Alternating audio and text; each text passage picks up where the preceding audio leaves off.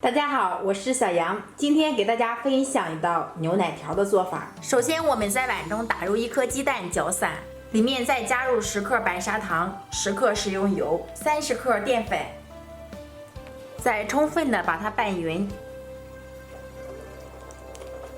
里面再加入250毫升的纯牛奶，搅拌均匀。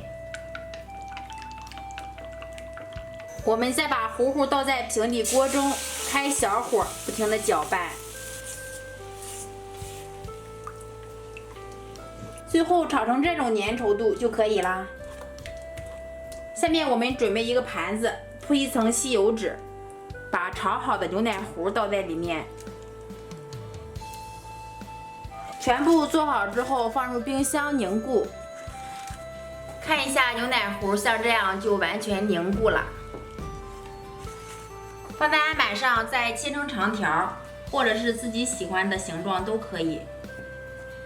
放在烤盘中，记住不要挨得太紧，烤的时候会体积明显变大，会粘连在一起。上面再刷一层蛋黄液。烤箱开上下火200度，预热5分钟。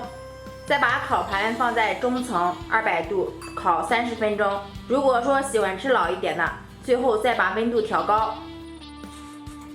像这样烤到自己上色满意就可以，装盘就可以食用。咬上一口软软的、糯糯的，比蛋挞还要好吃。喜欢的朋友赶紧尝试一下吧。喜欢小杨的视频，帮忙点击下方关注。感谢朋友们的观看，我们下期再见。